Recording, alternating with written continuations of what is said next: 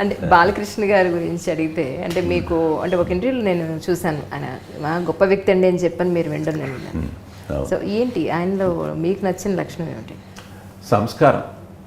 అంత గొప్ప వ్యక్తి, అంత కోటీశ్వరుడు, పుట్టుకతో సహా మరి ఆయన పెద్ద ఆయన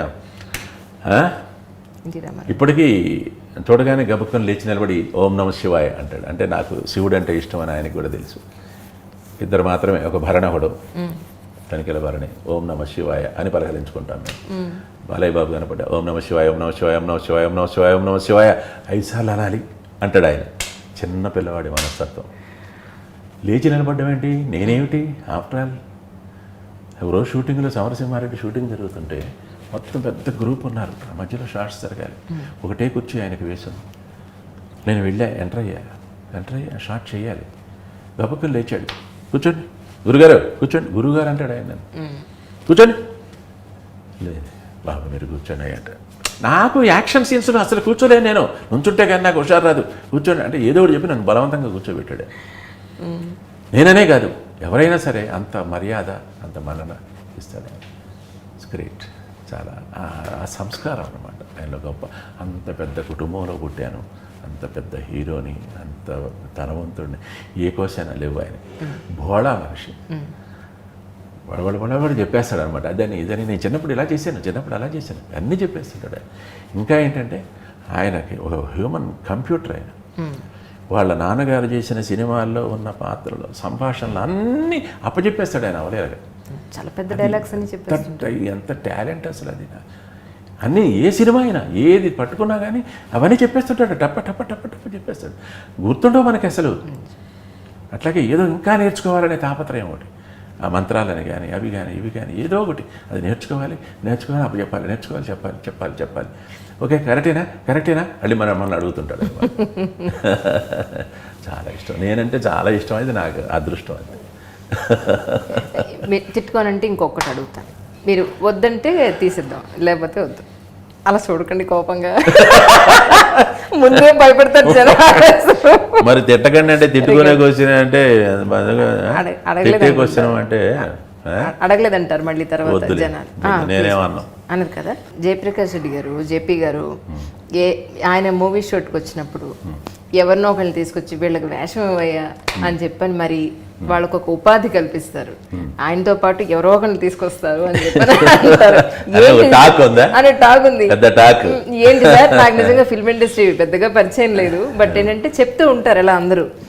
సో ఏంటి అసలు అందులో ఉండే వెనకాల? నాకు టీచర్గా పనిచేసినప్పటి నుంచి మనిషిలో ఉండే ఒక కష్టము, నష్టము, ఆపదలో ఏదైనా వాళ్ళని ఆదుకోవాలనుకోవడం, ఏదో మనకు చేతనైనంత దృఢమవ్వడము, కాస్త కూస్తో ఏదన్నా వాళ్ళకి సహాయం చేద్దాం అనుకోవడం అనే గుణం ఒకటి మరి అలా ఉంది. దానివల్లనే కొంతమందిని చెబుతూ ఉంటాను. కాస్త అంటే కొద్దిగా ఒక సీనియర్ ఆర్టిస్ట్ కనుక ఏదన్నా మాట వింటారేమో, ఏదన్నా కాస్త ఇవ్వండి అయ్యా, ఏదన్నా 4 రోజులు వేషం ఇస్తే వాళ్ళకి కాస్త మీటర్ తిరుగుతుంది ఎంతో కొంత. ఇప్పుడు చాలామంది ఇందాక చెప్పాను కదా, చిన్న ఆర్టిస్టులు ఉన్నారు, జూనియర్ ఆర్టిస్టులు ఉన్నారు, చిన్న ఆర్టిస్టులు, కంపెనీ ఆర్టిస్టులు ఉన్నారు. నెలకు 2 రోజులు, 3 రోజులు, 4 రోజులు, 5 రోజులు, వాళ్ళకి ఎప్పుడు పని జరుగుతుందో తెలియదు, ఎంత ఇస్తారో తెలియదు, 500 ఇస్తారో, 1000 ఇస్తారో, 1500 ఇస్తారో తెలియదు. మరి వాళ్ళు ఇంటది కట్టుకోవాలి, బిడ్డల్ని పోషించుకోవాలి, వాళ్ళని చదివించుకోవాలి, భోజనం చేయాలి, ఇవన్నీ చేయాలి కదా. ఇవన్నీ చేయాలంటే మరి ఏం చేస్తారు, ఎక్కడి నుంచి అవస్థలు పడుతూ ఉంటారు. అందుకని నాకు తెలిసినంతవరకు ఇప్పుడు నా శిష్యులు చాలామంది ఉన్నారు, ఆడవాళ్ళు ఉన్నారు, మగవాళ్ళు ఉన్నారు. అంటే ఎవరైనా నా దగ్గర ఇప్పుడు ఇవాళ జూనియర్ ఆర్టిస్టులు కూడా నా దగ్గరికి చాలామంది బతికొంచి గుడ్ మార్నింగ్ అండి, నమస్కారం అని చెప్పి వెళ్తారు. ఏదైనా ఇబ్బంది వచ్చినా, కష్టం వచ్చినా కానీ చెబుతారు. ఎందుకంటే నేను వింటాను, ఆ వినడం అనేది నాకు అలవాటు. చాలామంది ఏం ఫీల్ అవుతారంటే, ఇదిగో ఇట్లాగే ఒక టాక్ వచ్చిందో బ్యాక్ వచ్చిందంటే ఆడపిల్లలతో మాట్లాడుతుంటాను, ఆడవాళ్ళతో మాట్లాడుతుంటాను, అబ్బో జేపీ గారు మంచి కూడా ఉంటారు. అదేం లేదమ్మా, టోటల్గా ప్రపంచంలో మా ఆవిడ ఒక్కటి తప్ప అందరూ అట్లాగే అనుకుంటారు. మా ఆవిడ మాత్రం అనుకోదు, ఎందుకంటే ఆవిడకి నా మీద సంపూర్ణ నమ్మకం, విశ్వాసం. ఎవరొచ్చినా, అది ఆడని కాదు మగాని కాదు, ఎవరొచ్చినా కానీ వాళ్ళకి ఏదో ఒకటి పాపం నేను చేయగలిగితే, నా మాట వేయడం వాళ్ళకే చెప్తాను, మీరు ఇవ్వగలిగితే. ఎవరో బయట రోడ్డు మీద పోయే వాళ్ళని పిలిచి ఇస్తామనుకుంటారు. టాలెంటెడే, బాగా డైలాగ్ చెప్తారు, బాగా ఎక్స్ప్రెషన్ ఇస్తారు, చెప్తారు, కనుక ఇవ్వండి, వాళ్ళకి ఏదో సహాయం చేసినట్టు అవుతుంది. 4 రోజులు పని ఇచ్చారు, ఎంతో కొంత వాళ్ళకి ఒక ఖర్చు గడిచిపోద్ది. ఇది తప్పితే అంతే నా మనసులో ఆలోచన, ఇక అంతకు మించి వేరే ఉండదు. శీతాకాలం చెయ్యాలి అనేది ఒకటి, నలుగురికి ఏదైనా చెయ్యాలి క్షేత్రంతో సహా. అది ఆయన మా అయ్య దగ్గర నుంచి వచ్చింది. ఏదో చెయ్యాలని ఒక ఆరాటం మాత్రం ఉంటుంది మనసులో. ఏదన్నా సహాయం చేయాలి, ఏదన్నా హెల్ప్ చేయాలి అనేది, ఏదన్నా ఆపరేషన్ చేయించుకుంటున్నాం, ఏదైనా చేయాలి, గబుక్కుని ఏదో ఒక ఆపద వచ్చింది వెంటనే తీసుకెళ్ళి హాస్పిటల్లో చేర్చాలి. చదువుకునేటప్పుడు నేను ఉద్యోగం చేసేటప్పుడు కూడా పిల్లాడికి ఏదైనా దెబ్బ తగిలింది ఇమీడియట్గా భుజాన్ని వేసుకుని డాక్టర్ దగ్గరికి పరిగెత్తేవాడిని అంతే.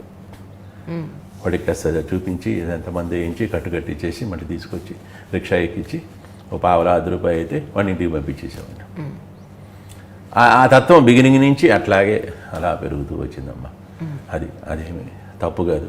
ఒకవేళ ఎవరైనా ఏమైనా అనుకున్నా కానీ నేను అసలు వాటిని లెక్క చేయను, వాళ్ళ కర్మ అనుకుంటాను అంతే.